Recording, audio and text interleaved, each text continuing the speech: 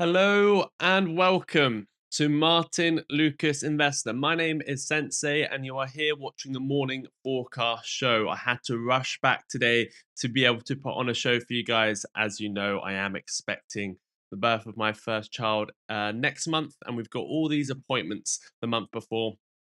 So I do apologize, but we are here. I am going to put on a very quick show. The reason being, we've actually got Vaz going live with an important earnings. So that'll be starting in about 20 minutes, and then Martin will be live as soon as Vaz ends. So we've got a jam-packed morning for you guys. And in this morning forecast show, I've got 20 minutes to lay the case of a recession in the US. So let's get into all the facts. This is going to be fact after thought, after opinion. Let's get into it. If you have just tuned in, please can you hit the like button, subscribe if you haven't done so already. As always, we go straight to our morning forecast newsletter here. This newsletter goes out every single morning. So please do go and grab this newsletter when there is a free plan, there is a free trial. That's a 25% link. Go first link in the description. You can go check out the newsletter. You get the morning newsletters, you get the deep dives, you get the portfolio challenges, everything, all the research you get. So quick look at the top stories of today, which is Iran leadership stalls ceasefire, decapitated. Leadership prevents peace talks while military units act without central control. We've got Senate rejects war power resolution. Senators backed strikes despite high public disapproval. So we've got that passing Senate. We've got America. Americo oil bypass hitting a bottleneck. We've got Broadcom forecasting AI revenue surge, a massive AI revenue surge there by Broadcom. We've got Amprius leads battery density race, and that's the earnings we're covering today. A very important company that we're going to be covering very shortly in about 20 minutes time. Vaz will be going live. Operation Epic Fury risks stagflation as well, and there is our recession story. So a very quick one big thing of today is the decapitation of Iran's leadership has created a structural power vacuum that eliminates any immediate path to a ceasefire. And boy, has it, because if you look at Polymarket, which again, I don't, there's some things that you can trade on Polymarket, which isn't gambling. There's some things that are basically gambling, but I love looking at Polymarket data because it really gives us what the actual numbers are, because people are putting money where the data is. And here we're looking at US Iran ceasefire. The odds of a ceasefire have dropped massively overnight. March ceasefire, by the end of March, that's within the next sort of 30 days, there's only a 25% chance of a ceasefire. There's only a 44% chance of a ceasefire within the next 60 days. And then it becomes more likely, somewhat between April the 30th and May the 31st, where we end up with over a 50% chance of a ceasefire. So this war overnight, with all the things going on, all the little details, has completely changed the prediction market, which is essentially the most accurate way of gauging when a ceasefire is going to happen, by 28% down on ceasefire odds. So essentially, we are now no longer, yesterday we were looking at a ceasefire between some point between the end of March and the end of April, closer to the beginning of April, the odds were suggesting. Now that has shifted between a month. It's shifted back a month, and a month can do a lot for inflation and oil. So please do hit that like button if you have just tuned in. Subscribe if you haven't done so already. And we're actually going to go into members only live chat, just because this is a very short show and I want to keep my eye on all the members' questions. I am going to be putting this into a members only live chat. So everyone can still watch, but it's members only live chat. I will be looking at all the questions to the side. It's right there. I'm looking at them, but unfortunately, because we are limited on time and because Vaz has a very special show coming up, what we're going to be doing is focusing on the facts and telling you what my thoughts are, what the facts are, and putting them together. So you've got the top movers there. We've got the market snapshot there. We've got the Iran war, day 6. Nobody left to end it. Who's going to end the war? Again, that story is in the newsletter. What we're going to go on to is is onto a little bit of the deep dive in today's newsletter. Again, Vaz will be live with the Amprius earnings in 15 minutes time. Operation Epic Fury, the oil shock the market has been dreading. And here it is. You can see Jerome Powell, bottom right. He is hating this because he was worried about inflation. The whole of the Fed started to be worried about inflation, and then they didn't even know the war was about to start. So when the Fed meets again for its next FOMC this month, we can have major worries in the market because the Fed is going to be worried about inflation. 6 days into the most aggressive US military operation in 2 decades, markets are not yet panicking, but conditions for a serious economic shock are sitting just below the surface. And the next few weeks will determine whether this conflict becomes a footnote or a turning point. Operation Epic Fury launched in the early hours of Saturday, February the 28th, when the United States and Israel began a coordinated air campaign against Iran. By measure of scale, I'm actually going to turn this into a video. I'm going to turn this into a 15-minute video. So do bear with me with just 1 second. There's going to be a lot of people that will be tuning in later today who won't be getting, who I want them to have this information as well. So what I'm going to do is, if you're watching live, obviously you get to see it created first. But what I'm going to do is I'm going to also make it into a video. So bear with me for 1 second. I'm just going to repeat myself just for a second. So here we go. Did I spell recession right over there? Yeah, I have, haven't I? No, I've missed an out, an S. Let me change that. I've missed out an S. That's not good, is it? Recession has two S's, I believe. Do-do-do. Recession. And no, I don't know why I put two C's. I put two C's, one S. Let me change that. Recession. That's better. Breaking news on Martyn Lucas. Oh, I haven't pressed the button. Who did it? Breaking news on Martyn Lucas Investor. We are looking at a ceasefire, odds dropping massively overnight, recession odds increasing, and my thoughts and opinions on it all. I'm going to break it down into a 10-minute video, so watch it all the way to the end. But let me bring you straight to Polymarket, where it's the best place to understand when is the ceasefire going to come and what the odds of a recession are. And overnight, the odds of a ceasefire coming this month have dropped 25%. Just yesterday, we were expecting a ceasefire to come some point in early April. That's what the odds were suggesting. But overnight, we're now looking at the ceasefire coming early May. So essentially, what's just happened is the war is predicted to go on for a month longer than expected. And a month is all that's needed for inflation to take a hit, for a global recession to occur. So let me get into today's story straight from our very own newsletter. First link in the description. Please do go and check it out. There is a free plan. There is a free trial, a 25% discount for the premium plan, where you can get all of the daily newsletters, all the deep dives, all the portfolio challenges, where I'm putting my money in these unstable times, and everything else. It's a list full of things you get in the newsletter. You can pause it and see what you get. So, Operation Epic Fury, the oil shock the market has been dreading.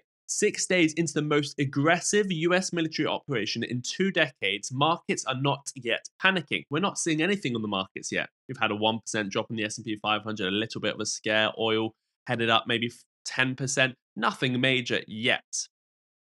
But the conditions for serious economic shock are sitting just below the surface, and the next few weeks will determine whether this conflict becomes a footnote or a turning point. Operation Epic Fury launched in the early hours of Saturday, February the 28th, when the United States and Israel began a coordinated air campaign against Iran. By measure of scale, it is unprecedented in the post-Cold War era. Over 2,000 targets have been struck, using more than 2,000 munitions. CENTCOM Chief Admiral Brad Cooper described it as twice the firepower of the 2003 Iraq invasion opening phase. The strikes were communicated through an 8-minute Truth Social post at 2 a.m. Eastern Times with no formal address to the media and no full congressional briefing beyond notification to the Gang of Eight, sorry. The stated objectives are sweeping: destroy Iran's nuclear program and missile arsenal, degrade its proxy powers, sink the navy, and trigger regime change from within. Whether those objectives are achievable through air power alone is deeply contested. Not many people at all think that is possible just for air power. They think boots on the ground are needed. What is not contested is that a shooting war between the United States and Iran is now underway. The Strait of Hormuz, which roughly 20% of the world's daily oil passes through, is effectively closed. So we've all. I'm going to skip through the part where he said what's happened in the next 6 days, so we can move on a bit further. But there's been massive things. Obviously, the supreme leader Ali Khamenei, was killed on February the 28th. 40 senior officials died in the opening hours. 17 Iranian ships have been sunk. US consulates have been hit. US bases in Jordan, Kuwait, Bahrain, Qatar, Iraq have all been hit. Embassies in Riyadh in Saudi Arabia have been hit by Iran. But also, Iran's missile launch rate has declined 86% since operations began. So Hezbollah has also been launching as Israel. There's been reports of Iran firing at Cyprus, but now that has been found out it was not Iran that fired that missile. Potentially NATO getting involved with Turkey intercepting a missile. A lot has been happening in just 6 days. But we're coming back over to the oil story because remember, if oil goes up 10%, in theory it adds 0.4% to inflation. I spoke to Michael Burry earlier this week, and I talked to him about what he thinks about recession risks and inflation concerns. His views are this is a short-term volatility. And the same could apply to the Fed. The Fed could look at this in March, and they probably will in their meeting and say, we believe this is short-term volatility, so we're not going to act on this yet. And that's completely fair, and that's probably what is going to happen. If you look at all the odds, that is the most likely situation. This is short-term volatility. It's going to go on for a month or two, but effectively, there's no need to change policy. Even if we get an inflation hit and inflation goes a little bit higher, because it's a one-time hit and because it doesn't have a lasting effect, policy won't dramatically change and we won't get interest rate rises and we won't get a recession. That's the most likely scenario.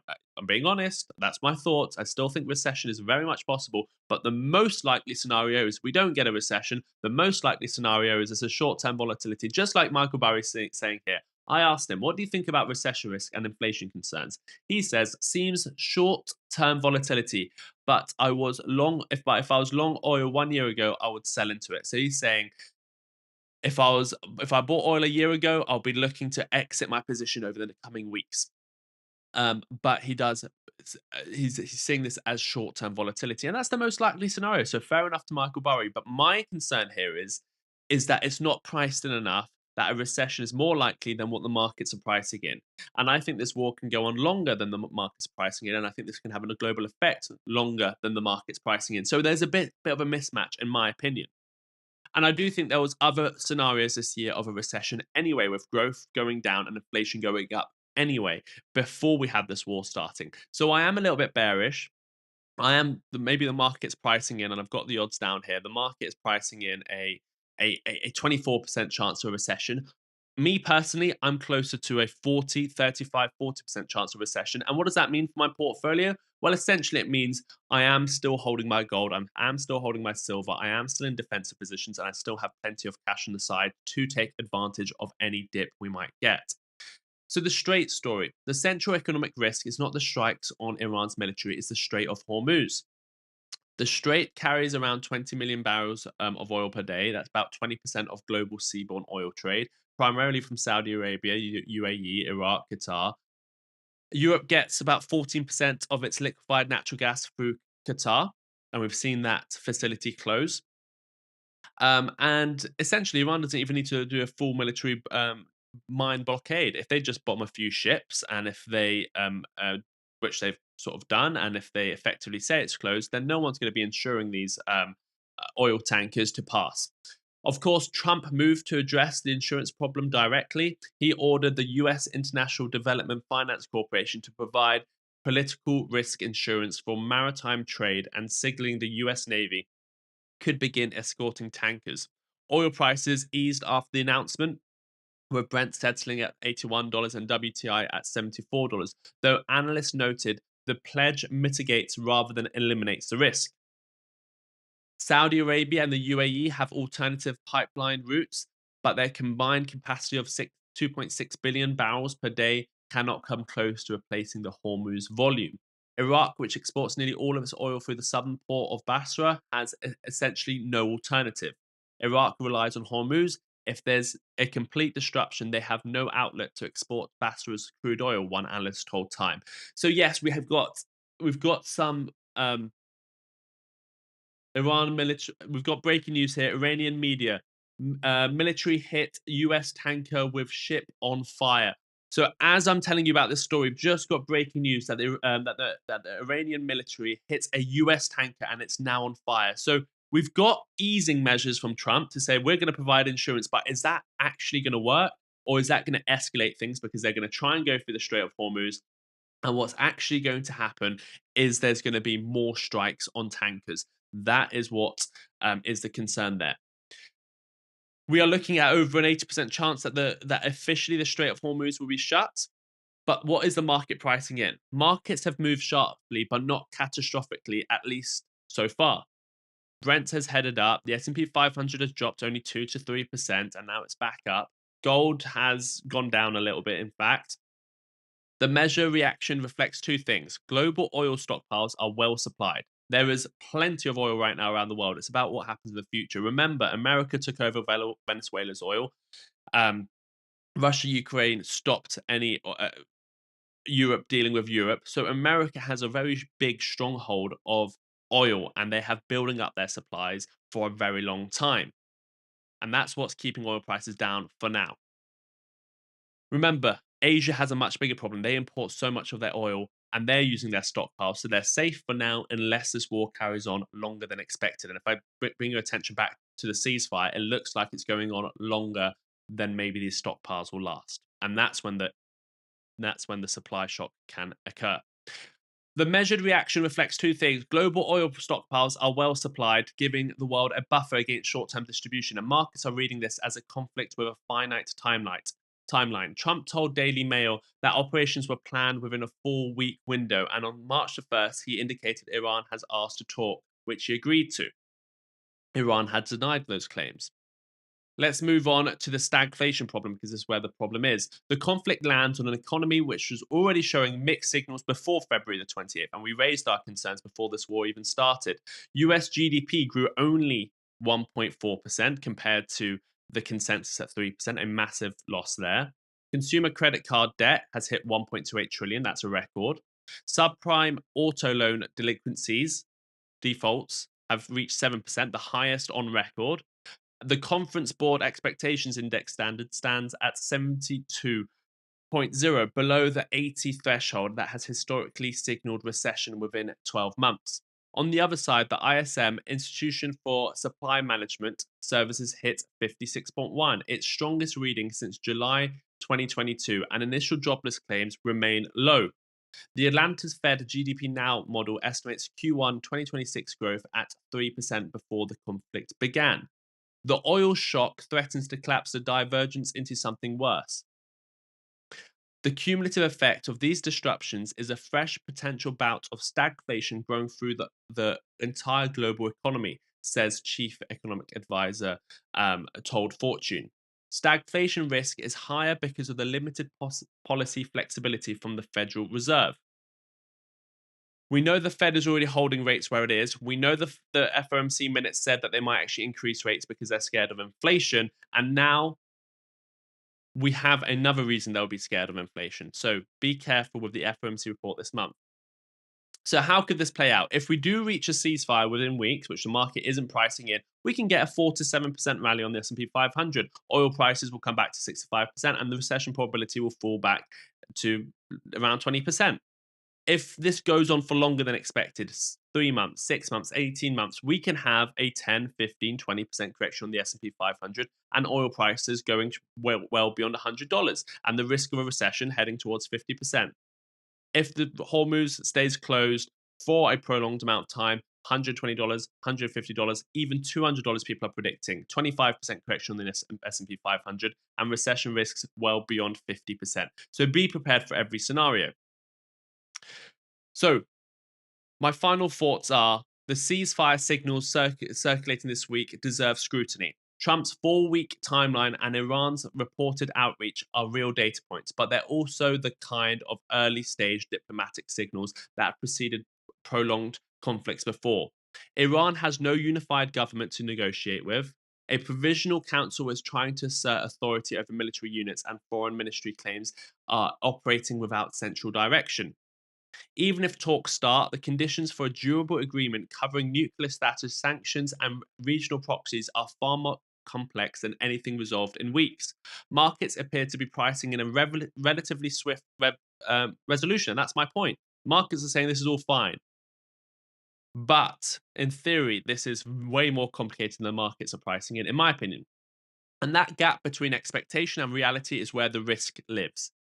The deeper concern is what this does to the Federal Reserve, regardless of how the conflict ends. The US economy was already sending stagflation warning signals before February the 28th. Consumer stress at record levels, manufacturing pressures building, sentiment collapsing. A sustained oil shock forces the Fed into a position where cutting rates risks stoking inflation, and holding rates risks accelerating a slowdown that was already gathering. The next FOMC meeting is March the 18th. The next CPI is March the 11th. Both land while the Strait of Hormuz remains effectively closed, and the Fed will have to respond publicly to both. I am going to put a video up here for you guys. Go check it out. This is a very important video. This is Michael Burry. I spoke to him yesterday privately, and he's laid out all his reasons for his global market crash scenario.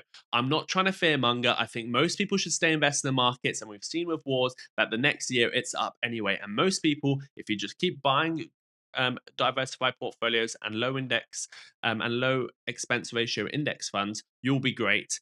And you can just DCA and you'll be good. But for the ones that are betting on individual stocks, that are day trading, that have a separate portfolio where they're actively managing, be careful because the risk is increasing. Go check out Michael Burry's video up here. Go check out the newsletter. You get so much information there. You can see how I'm personally managing my own portfolio of my positions, and also a playlist up here. Until next time, as always, take care of yourselves and each other. Bye-bye.